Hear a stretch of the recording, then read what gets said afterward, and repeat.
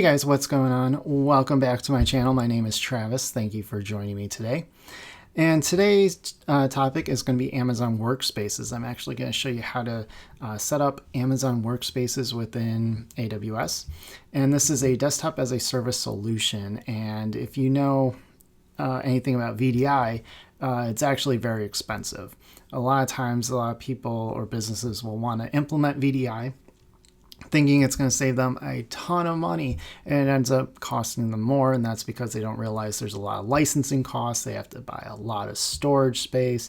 They have to buy a lot of fast servers, and Amazon Workspaces kind of takes away that cost and just gives you an upfront, easy to manage cost.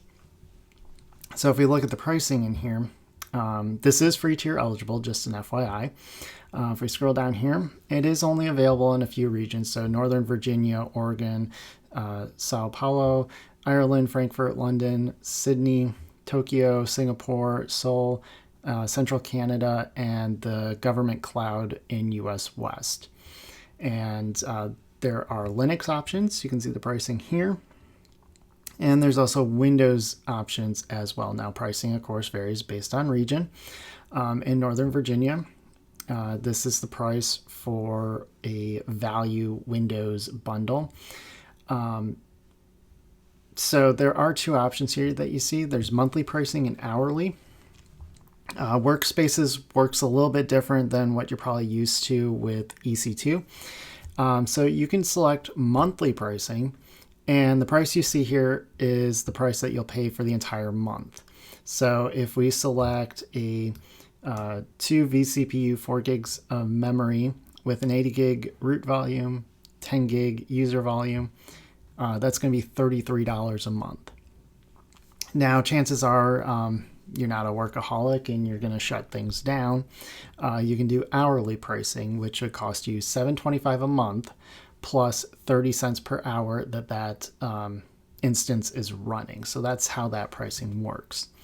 Now, in addition to that stuff, we do have additional storage available for 10 cents a gigabyte. We're not going to talk about bring your own licensing. And then there's application bundles. So there's the default applications bundle, which just includes Internet Explorer 11 and Firefox. It's free of charge.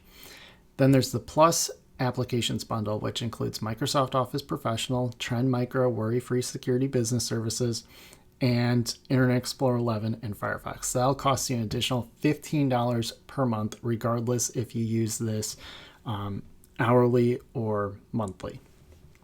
So just a few things to keep in mind there. So this is what we're going to ultimately be building out here. So this is just a small environment. If we were going to scale this up to a larger company, obviously I would adjust this a little bit more. But we're basically going to be launching workspaces that are going to be in 2 availability zones.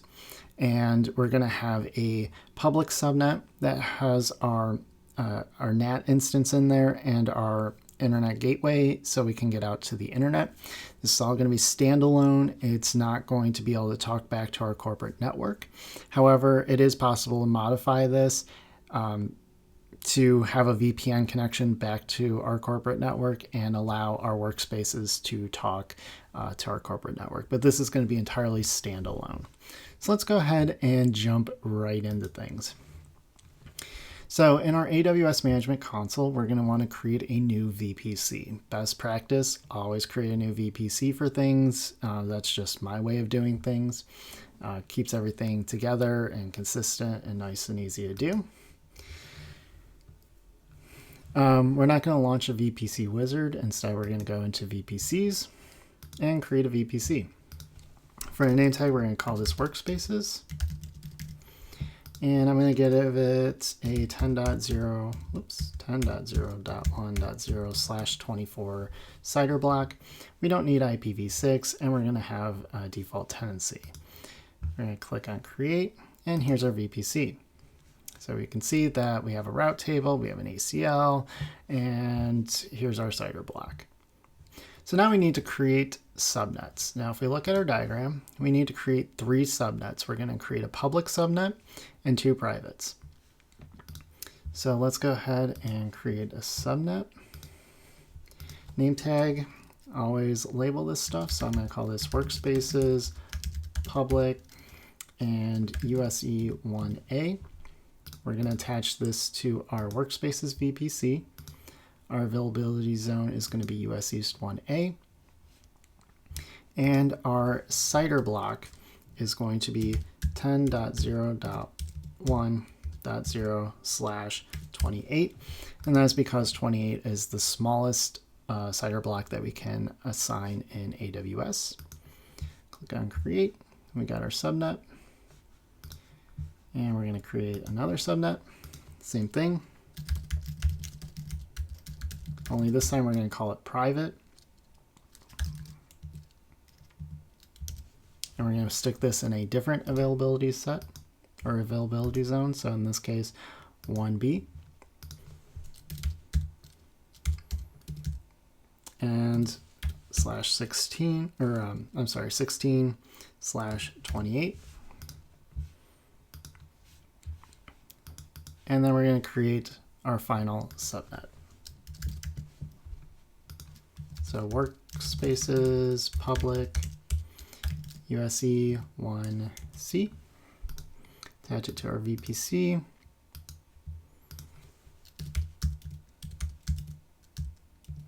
And this is going to be 32 and 28.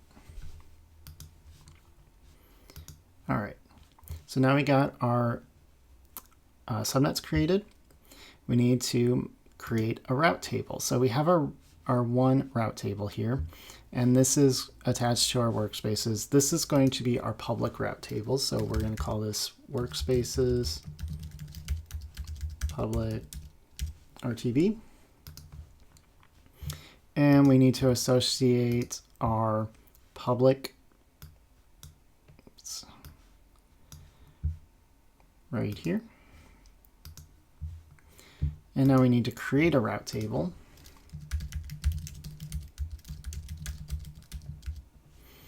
And we're going to call that workspaces private route table and associate it to our VPC. And we need to add our private subnets.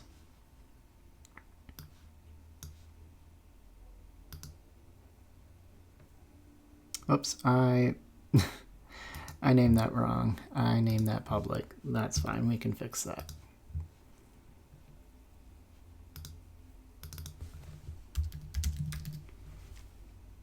There we go. Okay, so now we have our route tables created. We need to create an internet gateway.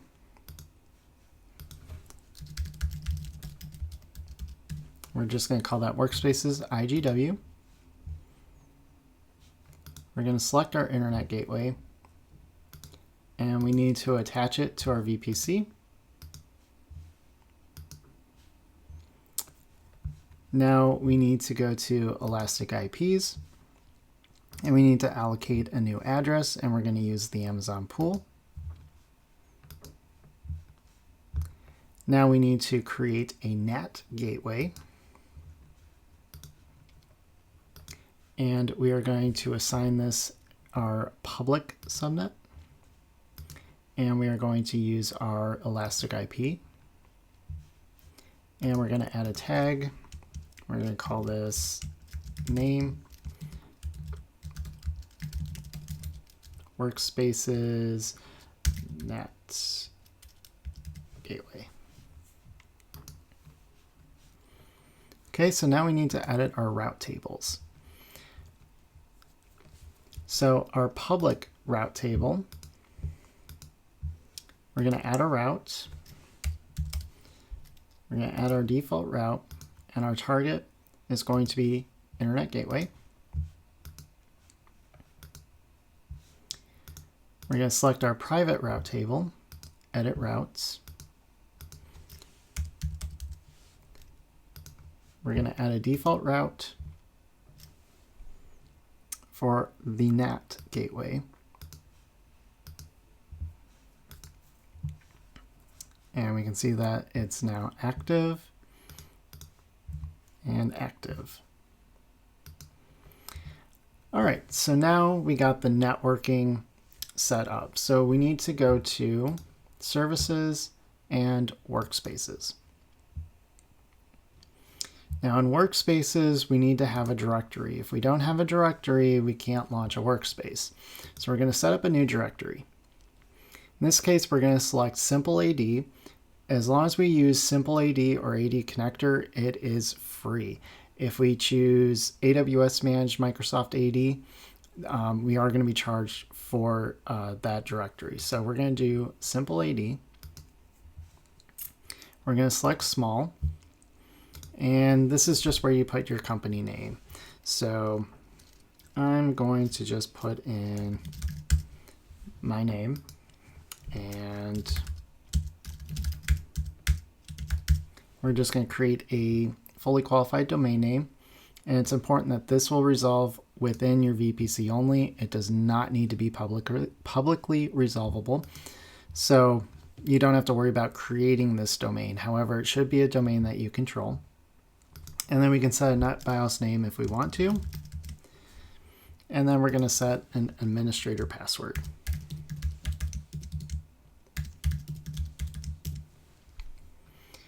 And click Next. Now we're going to attach it to our VPC. So we need to find our Workspaces VPC. And we're going to put this into our private and our other private. And click Next. And we're going to create our directory. So as you'll see here, it is requested. It's not registered yet, and everything is still kind of deploying. So we'll just click on the refresh button. We can see it's creating, and it's starting to run through everything. This will take a few minutes, so I'm going to pause the video, and when we come back, we'll move on to the next step. All right, so now our directory is active. We can actually now create a workspace. So we're going to go over to Workspaces. We're going to click Launch Workspace. We're going to make sure our directory is selected. And for our subnets, we're going to select our 2 private subnets. And then we have some configuration options that we can select here. Enable self-service permissions. This will allow users to automatically resize and change a lot of things about their workspaces. So if you're going to be cost sensitive, you may not want to enable this. You may actually want to disable this. And then we also have the option to use Amazon WorkDocs. This is a way to transfer files between your main machine and your Amazon Workspaces machine. So again, it's entirely up to you. If you're not going to use the feature, you can turn that off. And of course, you can always turn it back on if you do decide to use it. So we're going to click on Next Step. And it's going to connect to our directory.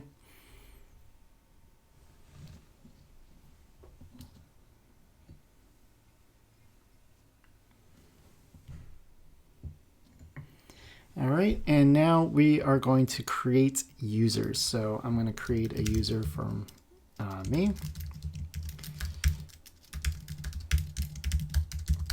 Going to add my email address. Click on Create Users. And next step. And now we get to select a bundle. So again, this is where the pricing kind of takes effect. So we have Linux bundles available, and then we also have Windows bundles available. So right now you can only get Windows 10, which is really Windows Server 2016, or Amazon Linux 2, which is kind of like Red Hat or CentOS. And then we have different configurations available. Now, the standard with Windows 10 with 2 virtual CPUs, 4 gigs of RAM, 80 gig root, and 50 gig user directories is actually free tier eligible. So I'll just select that one, and it's going to assign a workspace to a bundle.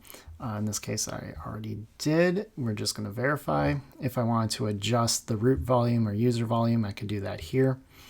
And of course, if you adjust these from the defaults, it would no longer be free tier eligible. Once that looks correct, click on Next Step. And this is where we have our pricing difference. So we have always on, build monthly, and instant access to an always running workspace. And then we have auto stop. This is required to be free tier eligible.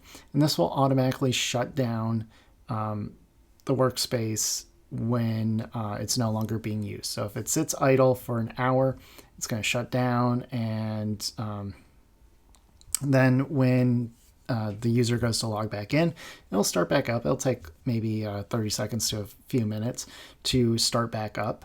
And then the user will be able to jump right in. So I always recommend leaving this on, especially if the user's not going to be using it all the time.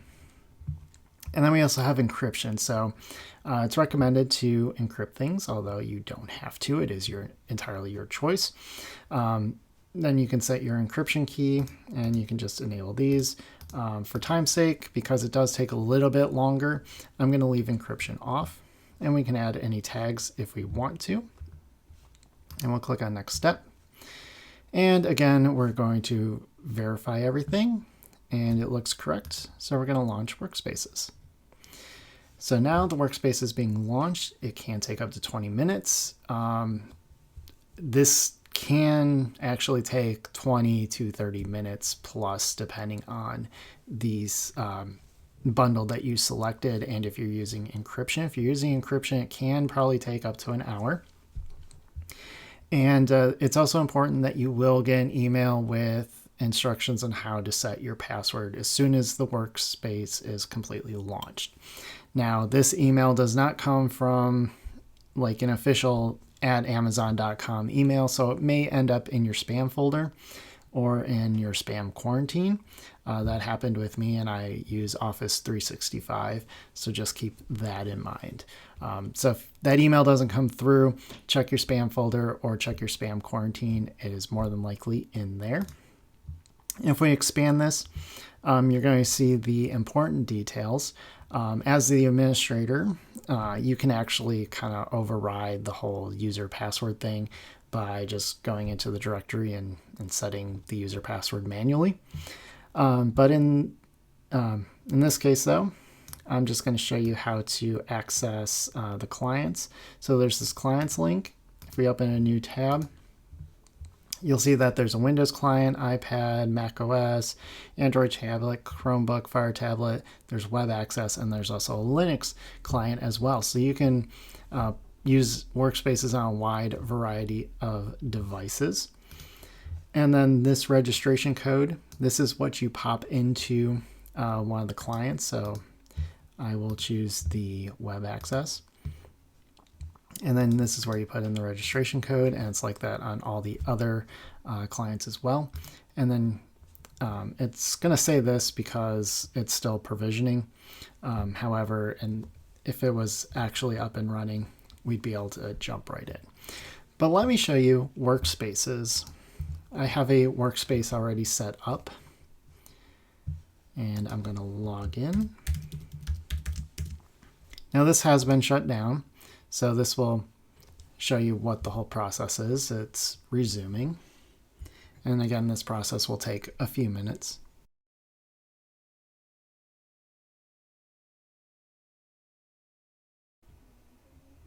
All right. And there we go. My workspace is started, and now I'm in it. And you can see it works just like, kind of like a remote desktop session in a way, although it's not a remote desktop. And we have internet access as well. I go to Google. There's Google. We can access Amazon. And of course, because we're coming from an AWS IP, it wants to verify that I'm not a robot. So occasionally this will occur even on Google searches as well. Nothing you can really do about that. You do just have to complete the CAPTCHA and you're fine.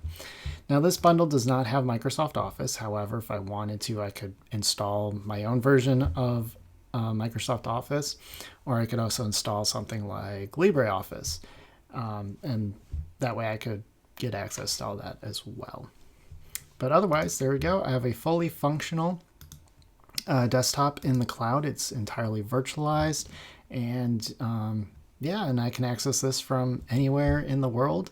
And if this was linked up to my corporate network, I'd be able to, share files, access network resources, and different things like that on real easily. So I want to thank you guys so much for watching. Please give this video a thumbs up if you liked it. If you didn't, well, give it a thumbs down. If you have any questions or comments about Amazon Workspaces, feel free to leave them in the comment section below, and I will help you out as best as I can. Anyways, guys, thank you so much for watching. Please stay safe out there, wear a mask, wash your hands, and be safe, and I'll see you next time.